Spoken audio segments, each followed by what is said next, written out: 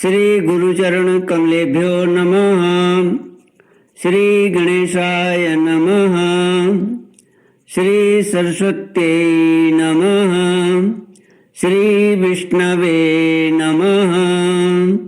श्री कृष्ण गोविंद हरे मुरारे, हे नाथ नारायण वासुदेव। श्री कृष्ण गोविंद हरे मुरारे, हे नाथ नारायण वासुदेव। हे नाथ नारायण वासुदेव, हे नाथ नारायण वासुदेव, हे नाथ नारायण वासुदेव। श्री कृष्ण गोविंद हरे मुरारे, हे नाथ नारायण वासुदेव।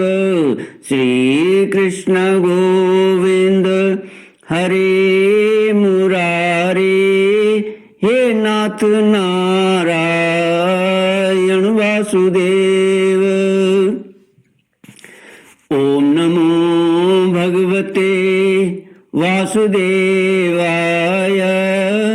ओम नमो भगवते वासुदेवाय। ओम नमो भगवते वासुदेवाय।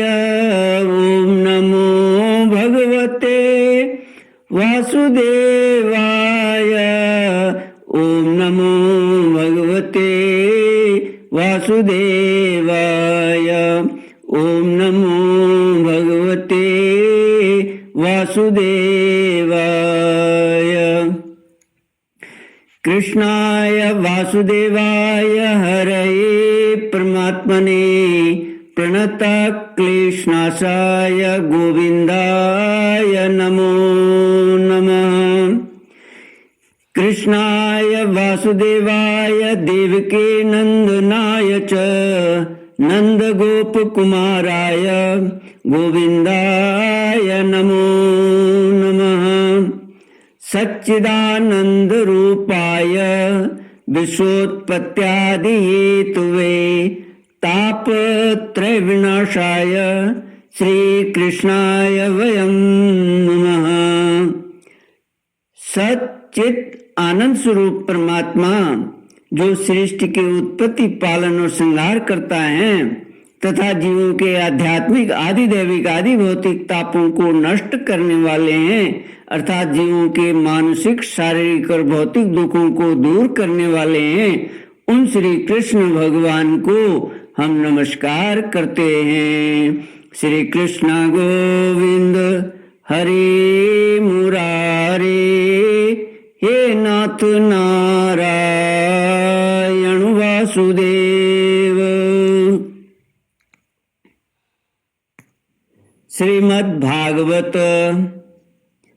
10वां स्कंद 13 अध्याय श्लोक 22 से।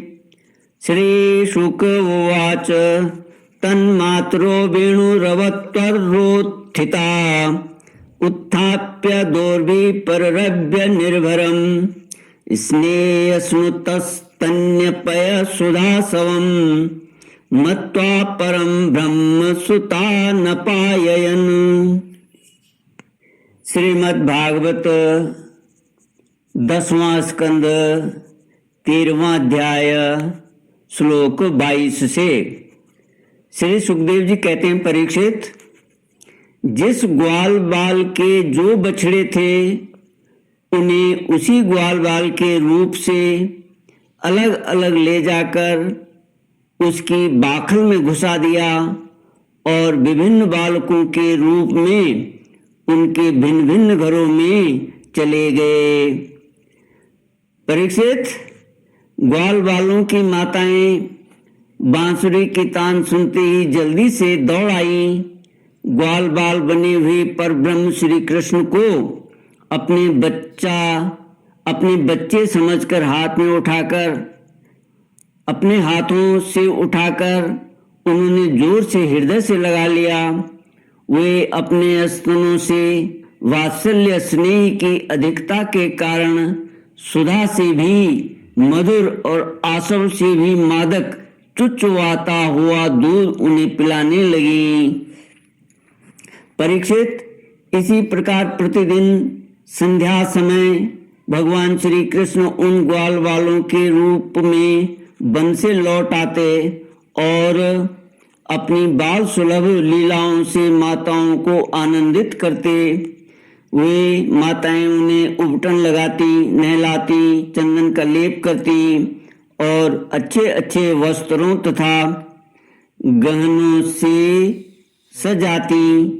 दोनों बहुओं के बीच में डीठ से बचाने के लिए काजल का डिठौना लगा देती तथा भोजन कराती और तरह तरह से बड़े लाड प्यार से उनका लालन पालन करती।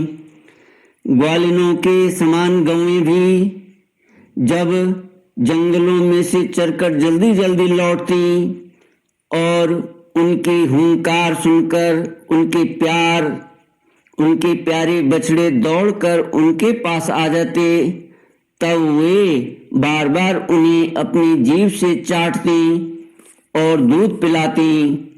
उस समय स्नेह की अधिकता के कारण उनके थनों से स्वयं ही दूध की धारा बहने लगती। इन गायों और ग्वालिनों का मातृभाव पहले जैसा ही ऐश्वर्य ज्ञान रहित और विशुद्ध था। हाँ, अपने असली पुत्रों की अपेक्षा इस समय उनका स्नेह अवश्य अधिक था। इसी प्रकार भगवान भी उनके पहले पुत्रों के समान ही पुत्र भाव दिखला रहे थे, परंतु भगवान में उन बालकों के जैसा मोह का भाव नहीं था कि मैं इनका पुत्र हूँ। अपने अपने बालकों के प्रति ब्रजवासियों की स्नेहलता दिन प्रतिदिन 1 वर्ष तक धीरे धीरे बढ़ती ही गई, यहाँ तक कि पहले श्री कृष्ण में उनका जैसा असीम और अपूर्व प्रेम था वैसा ही अपने इन बालकों के प्रति भी हो गया। इस समय सर्वात्मा श्री कृष्ण बछड़े और ग्वाल बालों की बहाने गोपाल बनकर अपने बालक रूप से वत्स रूप का पालन करते हुए 1 वर्ष तक वन और गोष्ठ में क्रीड़ा करते रहे। श्री कृष्ण गोविंद हरे मुरारे, हे नाथ नारायण वासुदेव। जब 1 वर्ष पूरा होने में 5-6 रातें शेष थीं, तब एक दिन भगवान श्री कृष्ण बलराम जी के साथ बछड़ों को चराते हुए वन में गए। उस समय गौएं गोवर्धन की चोटी पर घास चर रही थी। वहां से उन्होंने व्रज के पास ही घास चरते हुए बहुत दूर अपने बछड़ों को देखा। बछड़ों को देखते ही गौओं का वात्सल्य स्नेह उमड़ आया। वे अपने आप की शुद्ध बुद्ध खो बैठी और ग्वालों के रोकने की कुछ भी परवाह न कर जिस मार्ग से वे न जा सकते थे उसी मार्ग से हुंकार करती हुई बड़े वेग से दौड़ पड़ी। उस समय उनके थनों से दूध बहता जाता था और उनकी गर्दनें सिकुड़कर डील से मिल गई थी। वे पूंछ तथा सिर उठाकर इतने वेग से दौड़ रही थी कि मालूम होता था मानो उनके 2 ही पैर हैं। जिन गौओं के और भी बछड़े हो चुके थे वे भी गोवर्धन के नीचे अपने पहले बछड़ों के पास दौड़ आईं और उन्हें स्नेहवश अपने आप बहता हुआ दूध पिलाने लगी।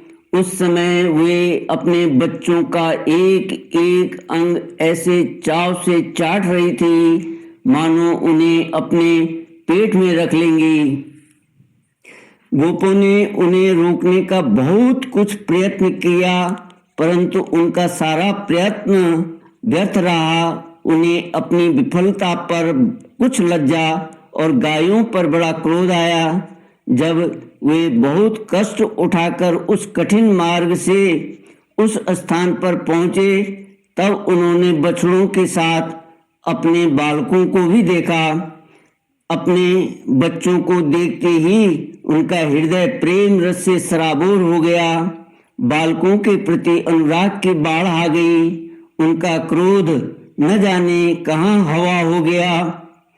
उन्होंने अपने अपने बालकों को गोद में उठाकर हृदय से लगा लिया और उनका मस्तक सूंघ कर अत्यंत आनंदित हुए।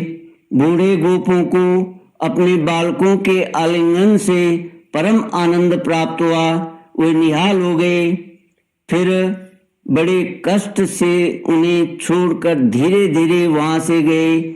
जाने के बाद भी बालकों के और उनके आलिंगन के स्मरण से उनके नेत्रों से प्रेम के आंसू बहते रहे।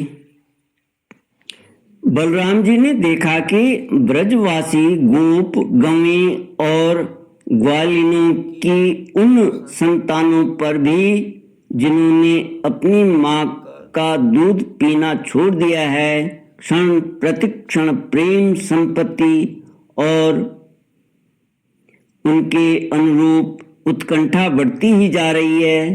तब वे विचार में पड़ गए क्योंकि उन्हें इसका कारण मालूम न था। यह कैसी विचित्र बात है। सर्वात्मा श्री कृष्ण में ब्रजवासियों का और मेरा जैसा अपूर्व स्नेह है वैसा ही इन बालकों और बछड़ों पर भी बढ़ता जा रहा है। यह कौन सी माया है, कहाँ से आई है?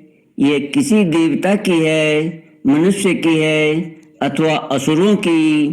परंतु क्या ऐसा भी संभव है?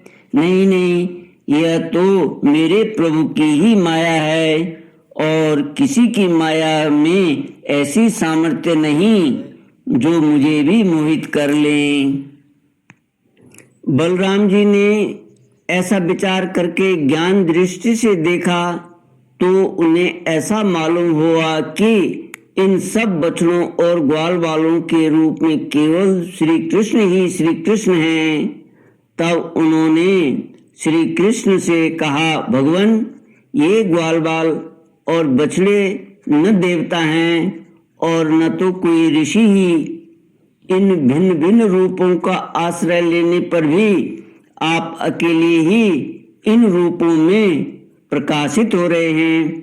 कृपया स्पष्ट करके देखें, कृपया स्पष्ट करके थोड़ी में ही यह बतला दीजिए कि आप इस प्रकार बछड़े, बालक, सिंगी, रस्सी आदि के रूप में अलग अलग क्यों प्रकाशित हो रहे हैं। तब भगवान ने ब्रह्मा की सारी करतूत सुनाई और बलराम जी ने सब बातें जान ली। श्री कृष्ण गोविंद हरे मुरारे, हे नाथ नारायण वासुदेव। ओम पूर्णमद पूर्णमिदं पूर्णात् पूर्णमुदच्यते पूर्णस्य पूर्णमादाय पूर्णमेवावशिष्यते। ओम शांति शांति शांति। हरि ओम। श्री गुरुभ्यो